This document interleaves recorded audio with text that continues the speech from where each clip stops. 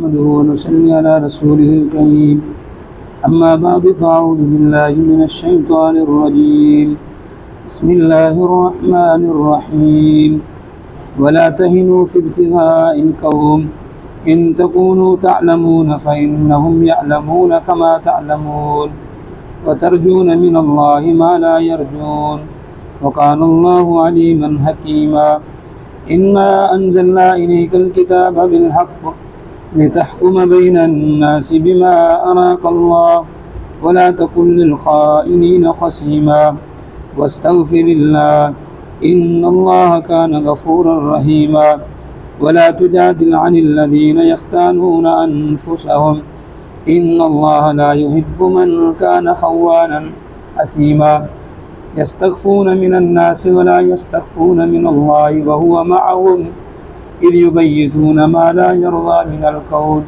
وكان الله بما يعملون محيطا ها أنتم هؤلاء جادلتم عنهم في الحياة الدنيا فمن يجادل الله عنهم يوم القيامة أم من يكون عليهم وكيلا صدق اللہ. ان آیت کا ترجمہ: اور نہیں سستی دکھاؤ قوم کے تعاقب میں. اگر تم کو زخم پہنچے ہیں تو ان کو بھی زخم پہنچے ہیں جیسے تم کو زخم پہنچے، اور تم اللہ میں امید رکھتے ہو، وہ اللہ میں امید نہیں رکھتے. بے شک اللہ جاننے والا ہے، حکمت والا ہے.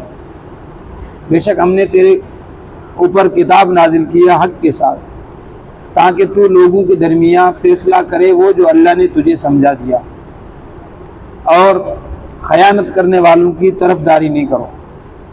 اللہ کی طرف سے معافی مانگو، بے شک اللہ معاف کرنے والا ہے، رحم کرنے والا ہے. اور نہیں جھگڑا کرو ان لوگوں کی طرف جنہوں نے اپنے نفسوں کے ساتھ خیانت کی. بے شک اللہ نہیں پسند کرتا خیانت کرنے والے اور گناہ گار کو. وہ لوگوں سے چھپتے ہیں، ولا یستخفون من اللہ، اللہ سے تو نہیں چھپ سکتے، اور وہ ان کے ساتھ ہیں جب وہ رات میں سرگوشی کے ساتھ وہ باتیں کرتے ہیں جو اللہ پسند نہیں کرتا. بے شک اللہ جو یہ عمل کرتے ہیں ان کا احاطہ کرنے والا ہے. اور یہ ہیں جن کے بارے میں تم دنیا میں جھگڑتے ہو، طرفداری کرتے ہو، پھر کون جھگڑے گا ان کی طرف سے قیامت کے دن اللہ سے، یا ہوگا ان کی طرف سے کوئی وکیل. تو یہاں پہ پھر مسلمانوں کی قوم کو تنبیہ کی جا رہی ہے کہ دشمن کے تعاقب میں سستی مت دکھاؤ. اگر آپ دشمن کے تعاقب میں سستی دکھاؤ گے تو دشمن تمہارا تعاقب کرے، پھر وہ چستی دکھائے گا، نتیجہ یہ ہوگا کہ نقصان تمہیں اٹھانا پڑے گا. ایسے ہی ہے، آج مسلمان جو ہے وہ سست ہے تو وہ والے چست ہے، ہمارے ایمان کو کمزور کرنے میں وہ لگے ہوئے. اگر مسلمان چست ہوتا تو پھر وہ ہمیں نقصان نہ پہنچا سکتے. ہر معاملے میں مسلمان پیچھے، دعوت و تبلیغ میں پیچھے ہیں، جہاد میں پیچھے ہیں، تو پھر وہ آگے. کہتے ہیں نا اسلام کے لیے محنت کرنی پڑتی ہے، گناہ کے لیے محنت نہیں کرنی پڑتی. ان کا تو شیطان بھی ہے نا، وہ تو پھیلاتا ہے. بھائی بے حیائی کے لیے کوئی محنت کرتا ہے؟ چوری کے لیے کوئی محنت کرتا ہے؟ زنا کے لیے کوئی محنت کرتا ہے؟ نہیں. لیکن نماز کے لیے تو محنت کرنی پڑے گی، لوگوں کے پاس جانا پڑے گا، کہنا پڑے گا. اچھے کاموں کے لیے محنت ہوتی ہے، ان کے لیے محنت. اللہ کا قرآن کہتا ہے کہ ولا تہینوا فی ابتغاء القوم، کافروں کی قوم کی طرف تعاقب کرنے میں تم سستی مت دکھاؤ. جب تم سستی دکھاؤ گے تو پھر وہ چستی دکھائیں گے. صحابہ رضوان اللہ تعالی علیہم اجمعین اتنے چست ہوتے تھے کہ پھر کافر سست پڑ گئے، آتے ہی نہیں تھے ان کے سامنے، اور یہ تو مار دیں گے ہمیں. اصل میں ان کا پس منظر بھی یہی ہے اس آیت کا کہ غزوہ احد میں ابو سفیان کہہ کر گیا تھا ان کو کہ میں پھر دوبارہ فلاں جگہ پہ آؤں گا. تو آپ صلی اللہ علیہ وسلم جب احد سے واپسی گئے مدینے تو صحابہ کو کہا چلو. تو زخمی صحابہ تھے، زخموں کی وجہ سے بعض نے سستی دکھائی ہوگی. تو اللہ کہتا ہے ان تکونوا تعلمون، تم زخمی ہو تو کیا ہوا، وہ بھی تو زخمی ہے نا. جب وہ زخم کی حالت میں ادھر آ رہے ہیں تو تم زخم کی حالت میں کیوں نہیں پہنچ سکتے؟ ان یمسسکم کرہ فقد مس القوم کرہ مثلہ، اگر تمہیں زخم پہنچائے تو تم جیسا زخم تو ان کو بھی پہنچائے. ایسے تو نہیں ہے. وہ بھی زخمی ہے. جب وہ کافر ہیں، کفر کی حالت میں ہیں، شیطان کی تبلیغ کرتے ہیں، زخمی ہیں، پھر بھی آ رہے ہیں نہیں آ رہے ہیں؟ تم تو اللہ کے لیے ہو، تمہیں تو جنت ملے گی، تم اعلاء کلمت اللہ، اللہ کے کلمے کو بلند کرنے کے لیے نکلے ہو، تمہارا تو ثواب کا کام ہے، لیکن تم کیوں سستی دکھاتے ہیں؟ ہاں لوگ دیکھو، آپ خود اندازہ لگاؤ، یہاں سے لوگ سال کے لیے جاتے ہیں نہیں دبئی کمانے کے لیے جاتے ہیں، لیکن اسی کو کہو کہ سال کے لیے تبلیغ میں جاؤ، میاں یہ کیا ہے، بیوی کے حقوق ہیں، فلاں ہیں، وہ ہیں، ادھر حقوق یاد نہیں آتے، ادھر حقوق یاد نہیں آتے. کسی نے کبھی کہا ہے ارے تو 3 سال کے لیے دبئی جا رہا ہے، پیچھے بیوی ہیں، بچے ہیں، ان کا خرچہ کون دے گا، ان سے اجازت لی ہے نہیں لی ہے؟ ادھر زبان پہ تالے لگے ہوئے، شیطان ہے نا. اور جب کوئی اللہ کے لیے جائے گا، اچھے کام کے لیے جائے گا، تو پھر سب تانے لگے، سب لوگ اس کے باپ کو بھی کہیں گے تیرا بچہ کہاں جا رہا ہے، خامخواہ فضول میں جا رہا ہے. وَتَرْجُونَ مِنَ اللَّهِ مَا لَا يَرْجُونَ، فرمایا وہ تو اللہ کی رحمت کی امید بھی نہیں رکھتے، ثواب کی امید بھی نہیں رکھتے، تمہیں تو ثواب ملے گا. تم اگر نکلو گے جہاد کے لیے، دعوت و تبلیغ کے لیے، تو تمہیں ثواب ملے گا نہیں ملے گا؟ تو پھر تمہیں تو نکلنا چاہیے نا، تم کیوں سستی دکھاتے؟ وَقَانَ اللَّهُ عَلِيمًا حَكِيمًا، بے شک اللہ جاننے والا ہے، حکمت والا ہے. اِنَّا أَنزَلْنَا إِلَيْكَ الْكِتَابَ بِالْحَقِّ، اس رکوع میں اللہ تبارک و تعالی یہ بتا رہے ہیں کہ جو منافقین ہے یا جو بھی غلط بندہ ہے، چور ہے، جو بھی ہے، چاہے اپنا بھائی کیوں نہ ہو، اس کی طرفداری نہیں کرو. آج تو ہمارا ماحول بنا ہوا ہے، بھائی ہو بھلے چور ہو، سامنے والے کو چور کر دیں گے، بھائی کو نہیں. پتہ بھی ہے، پورے محلے میں پتہ ہے. تو ان آیات کا شان نزول یہ ہے کہ مدینے میں ایک قبیلہ رہتا تھا. شان نزول ہے یہ باقاعدہ، اللہ نے شان نزول نازل کر دیا تم سے پہلے. اور جو اللہ شان نزول نازل کرتا ہے اس کا مطلب یہ ہرگز نہیں ہوتا کہ یہ معاملہ ان کے ساتھ خاص ہے. ان کے ساتھ بھی ہوتا ہے، ان کے علاوہ ہمارے لیے بھی ہوتا ہے کہ اگر تم بھی یہ کرو گے تو تم بھی ان کے ساتھ شامل ہو جاؤ. تو بنو عبیرق ایک قبیلہ تھا، اس میں سے کچھ مسلمان بن گئے تھے، لیکن زیادہ تر وہ چال باز تھے، چور تھے. ایک قبیلہ ہوتا ہے نا بھائی، مشہور ہوتا ہے وہ فلاں وہ چور ہے بڑے. تو اس زمانے میں یہ بڑے چور تھے. تو ان میں ایک بشیر نامی تھا منافق، وہ تو سب سے بڑا چور تھا، مشہور تھا، بد کردار تھا، ہٹا کٹا ایسے ہی گھومتا تھا، کام کاج کچھ بھی نہیں کرتا تھا.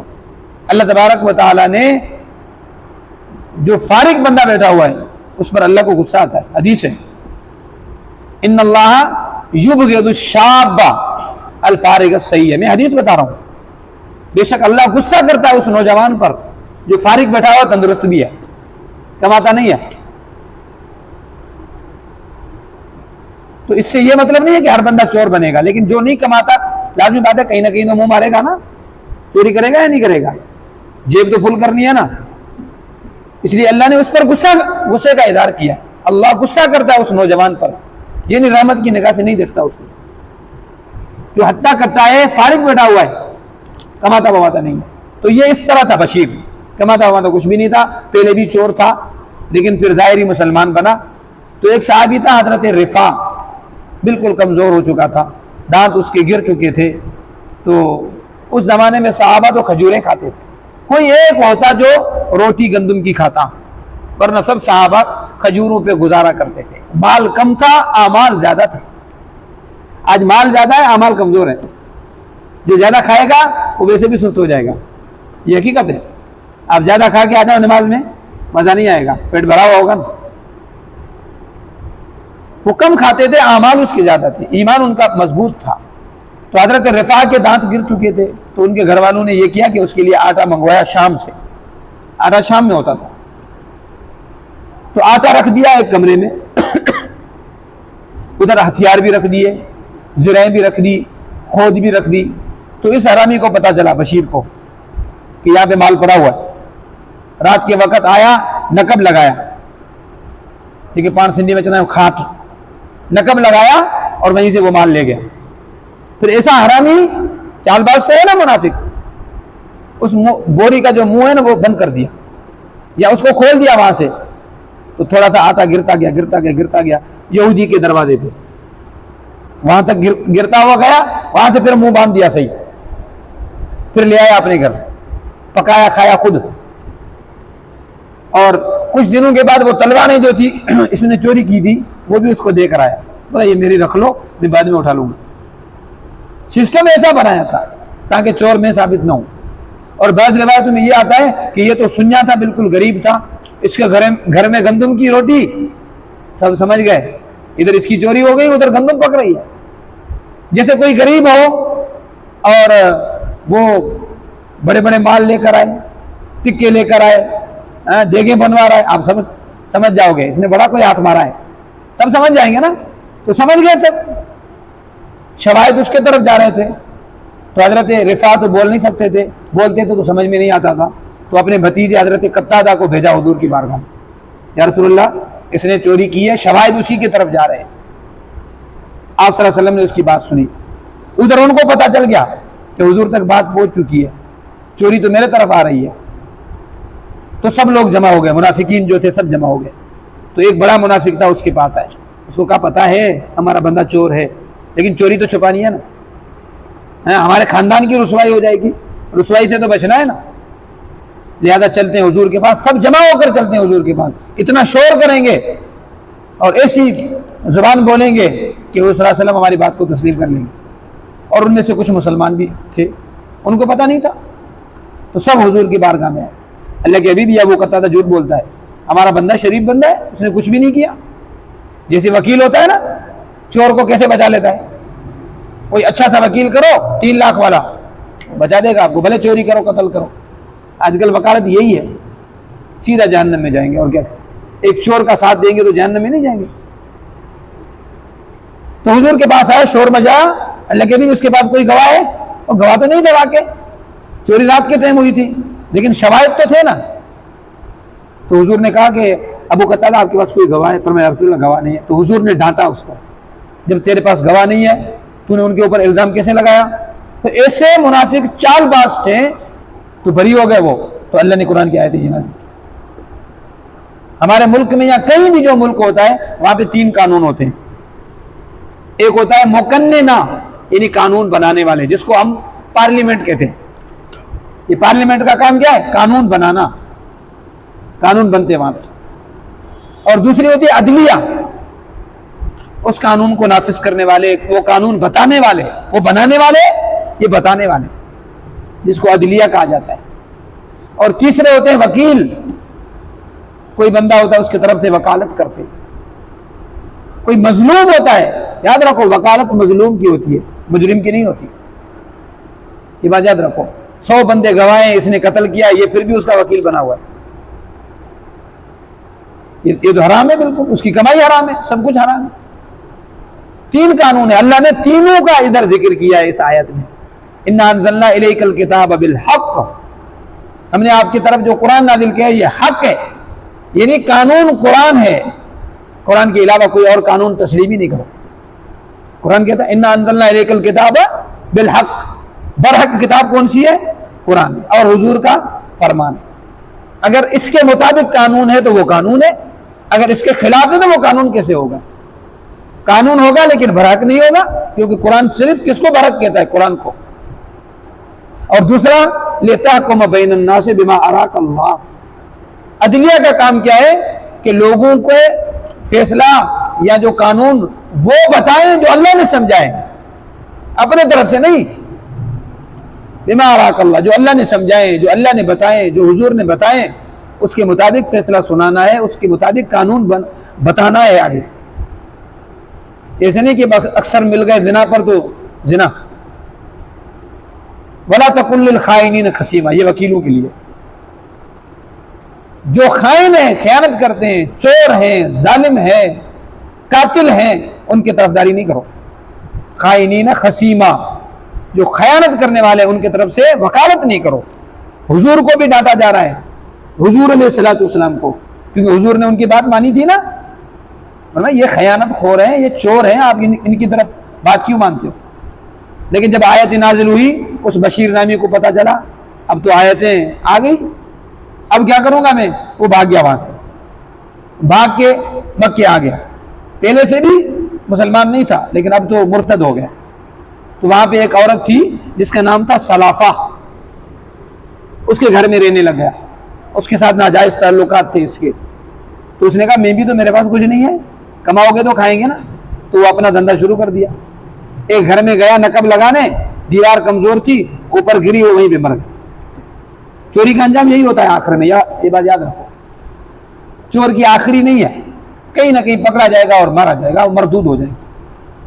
تو اللہ تبارک و تعالیٰ فرماتا ہے وَلَا تَقُلْ لِلْخَائِنِينَ خَصِيمًا, جو خیانت کرنے والا ہو, چور ہو, چاہے اپنا بھائی کیوں نہ ہو, اس کی طرفداری نہیں کرو. آگے سخت وعید آ رہی ہیں کہ آپ دنیا میں اس کی طرفداری کر رہے ہو, قیامت کے دن جب اللہ کہے گا یہ چور ہے تو کہاں جائے گا؟ تو اللہ کے سامنے کیا منہ دکھائے گا کہ تو ایک چور کی حمایت کی؟ آج تو یہی ہے نا, بھائی ہو بس حمایت تو کرنی ہے. بھائی بھلے کسی کے اوپر ظلم کر دے, میرا بھائی ہے.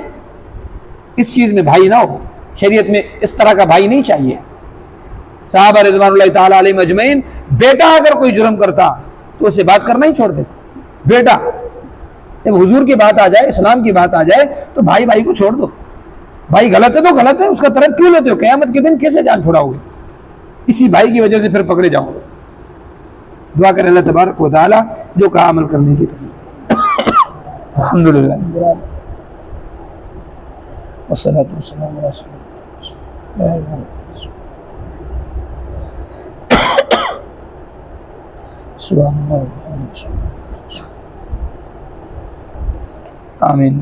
ویڈیو کو لائک اور شیئر کریں, قرآن اور حدیث کے چینل کو سبسکرائب کریں, بیل آئیکن کو دبانا نہ بھولیں تاکہ ہر نئی آنے والی ویڈیو کا نوٹیفیکیشن آپ کو بر وقت ملتا رہے. جزاکم اللہ. ملتے ہیں ایک نئی ویڈیو میں, تب تک کے لیے السلام علیکم.